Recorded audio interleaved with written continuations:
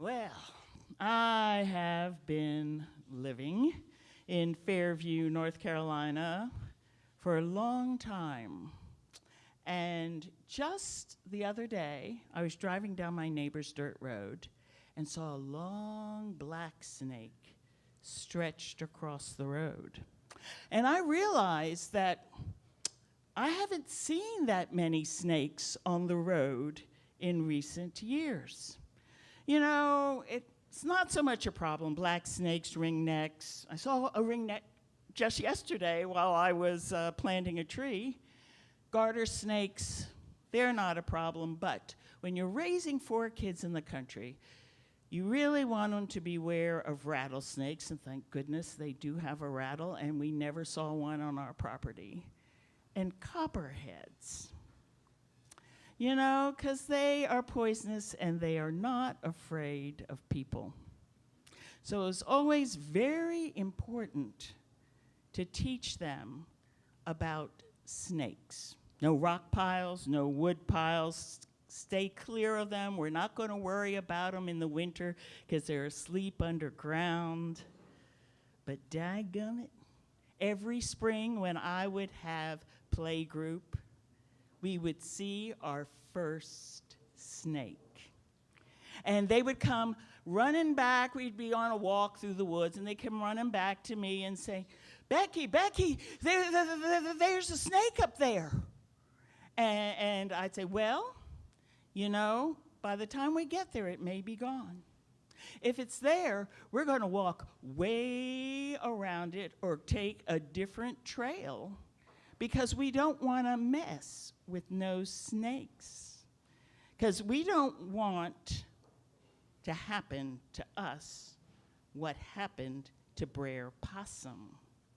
You know, Brer Possum, he just doesn't have any sense. He was walking along a trail in the wood one day, and he heard a voice call out. And that voice called out, "Help me!" He looked around. He couldn't figure out where that voice was coming from. "Help me!" So he turned around and walked down the trail where he had just been a-walking. And he saw that quite naturally, he had walked around a great big old hole right there in the middle of the trail. "Help me!" So he peeked over the edge of the hole, and he saw that down there in that hole was a great big old snake with a huge rock a-setting on its back. Well, he knew not to mess with no snakes, so he just kept on a-walking, minding his own business. But that snake saw who had peeked over the edge of the hole and knew that possums were a little soft-headed and a little soft-hearted as well. So Brer Snake, he called out again, "Brer Possum, won't you help me, please?" What do you want from me?" "Brer Possum, you could see that I had this great big old rock on my back, and I've been stuck under this rock for 5 days, and I'm too weak to get it off. I need you to get this rock off of my back." "Get a rock off of your back? How am I supposed to do that without putting my hand down in there? And then you'll bite me. I know you'll bite me because you're a snake, and snakes bite." "Oh, Brer Possum, I'll die if I stay here under this rock. I promise, I swear, I will not bite you. Please." "Well, all right," said Brer Possum. And maybe not as dumb as we like to think they are, he went over and got himself a big long stick, brought it back to the hole, wedged the end of that stick between the snake's back and that rock. Stick was long enough to come up over the edge of the hole, and he could push on the end like a little teeter-totter. And when he did, it popped the rock right off of that snake's back.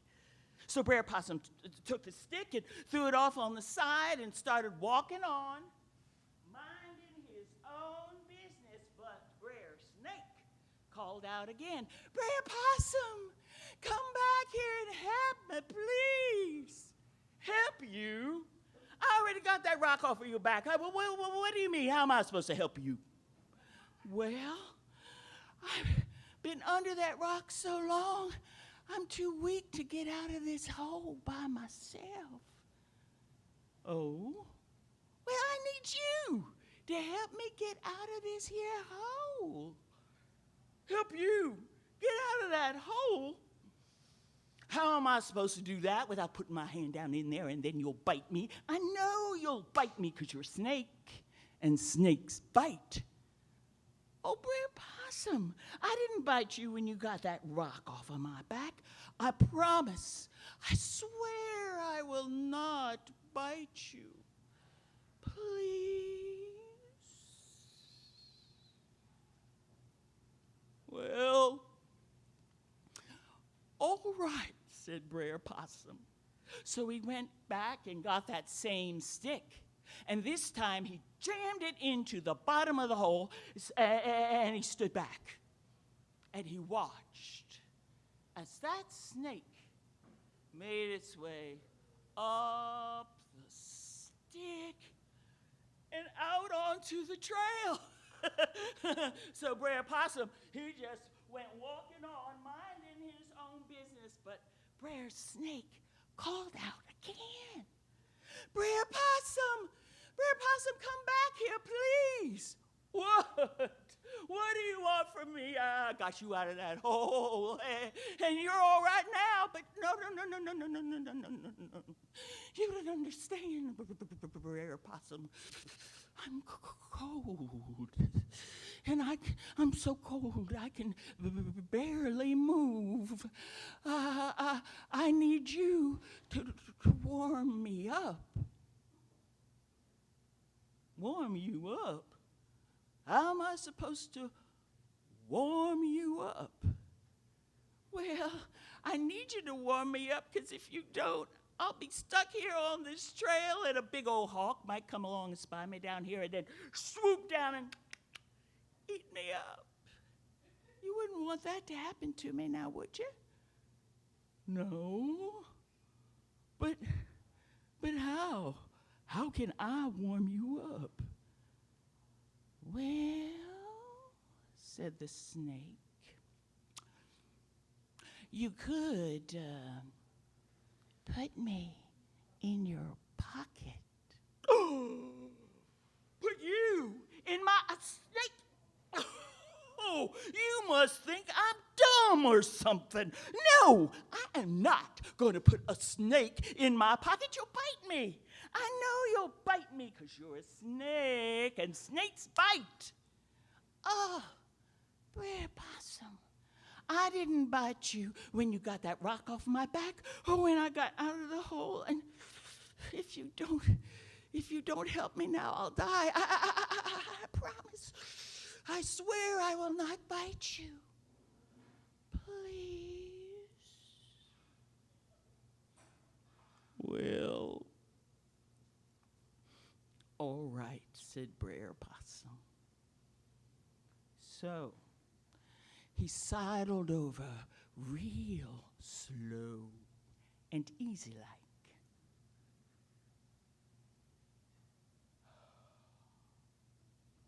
And he grabbed that snake behind its head, and he put it in his pocket.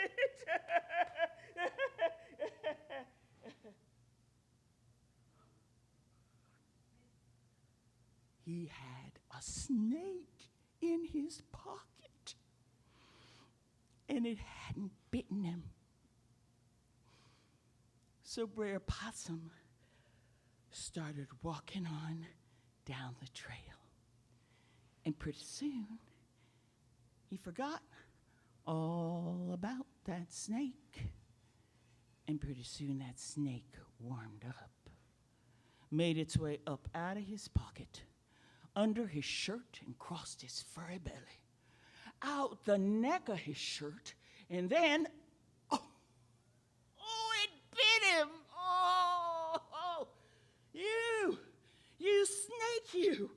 Why did you bite me after you promised? You swore that you wouldn't. And the snake turned to Brer Possum, and he said,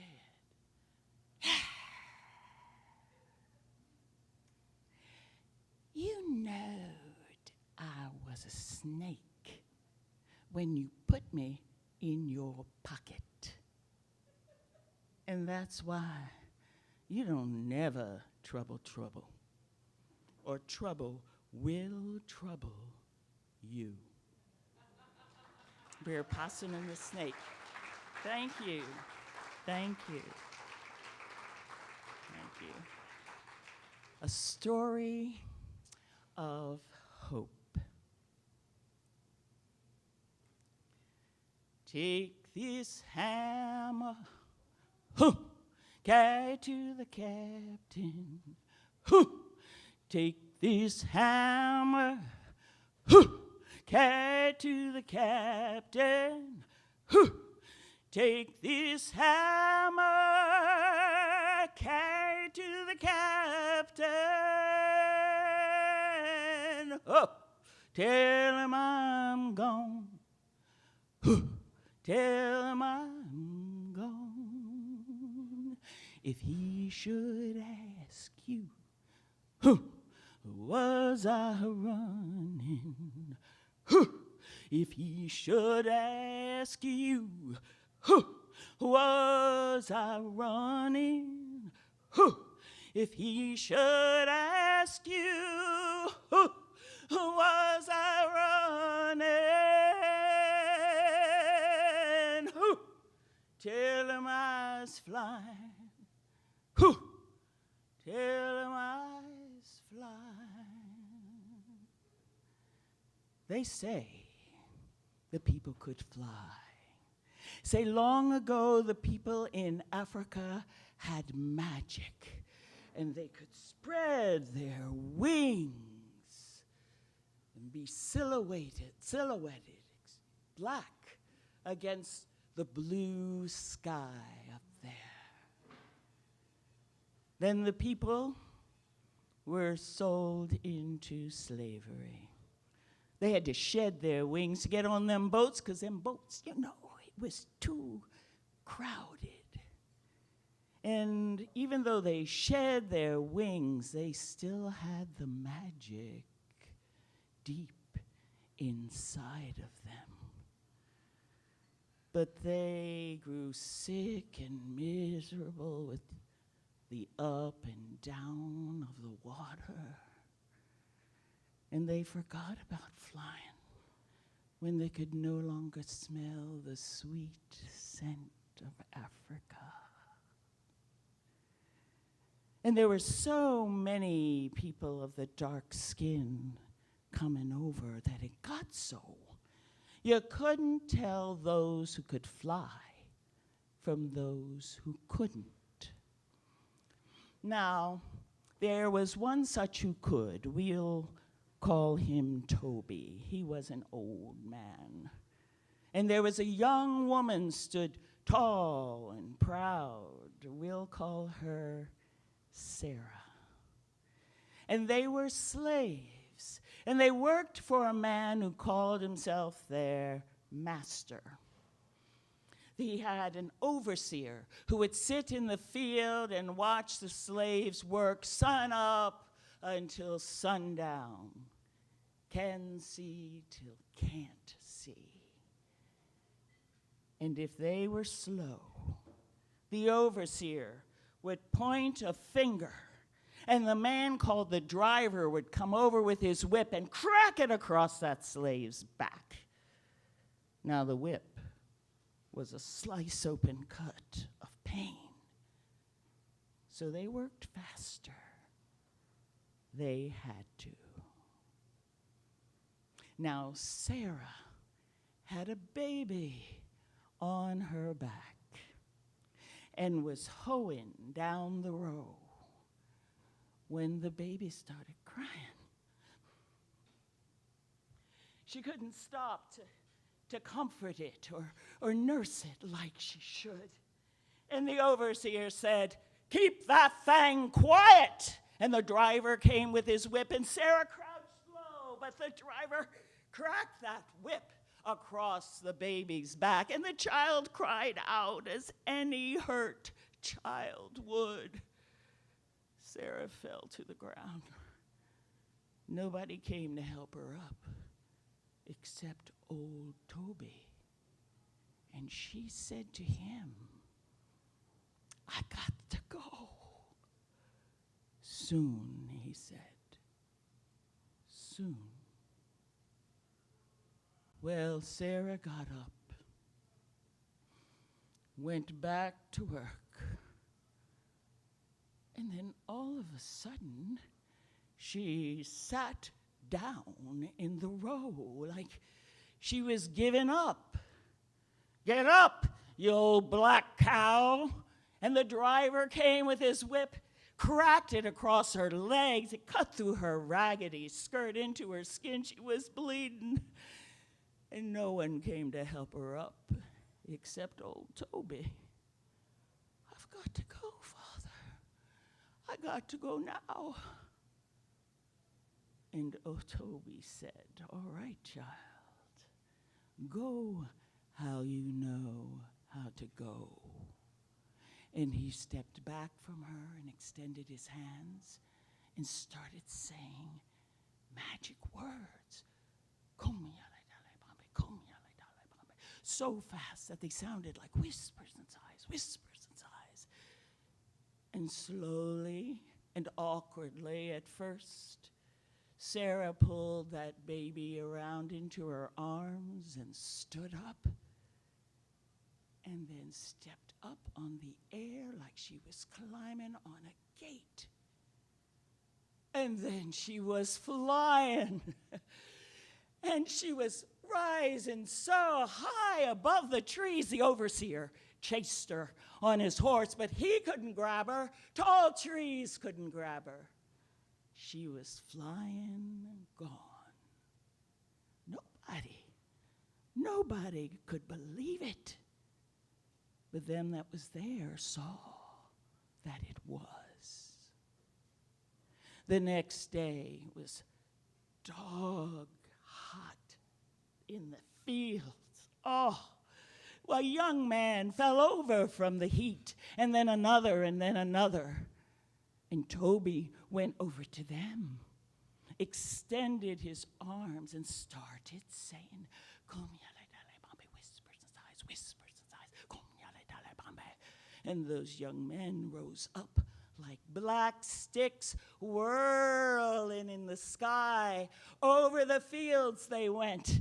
And then Toby turned to the fields, extended his arms, and started saying them magic words. Whispers and sighs, whispers and sighs.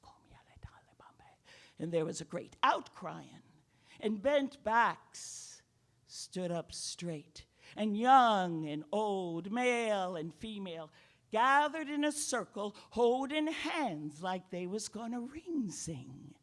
But they didn't dance, and they didn't sing. They rose up on the air, and they started flying away over the fields and fences. And the overseer pointed at Toby. "Seize him," he said. "He's the one what been saying them magic words." And the master come with his gun, and the driver with his whip, and they were going to kill old Toby. But Toby just laughed. "Don't you know who some of us in this field is? We the ones who can fly." And then he rose up on the air, following after the others. And those who were left in the field called out to him, not with their voices, but with their eyes, "Take us with you." And Toby looked down at them and said, I ain't got time to teach you how to fly. You're gonna have to wait for your chance to run. And he was flying, gone, to freedom. The overseer told it. The master said it was a lie, a trick of the light. The driver, he kept his mouth shut. But those who were left behind in the field, at night in their cabins, they told their children about the people who could fly. And they told their children, and then they told their children. And now me, I've told it to you. If he should ask you, was I running? Tell him I was flying. Tell him I was flying. The people could fly, as told by Virginia Hamilton from the book of the same name. Thank you.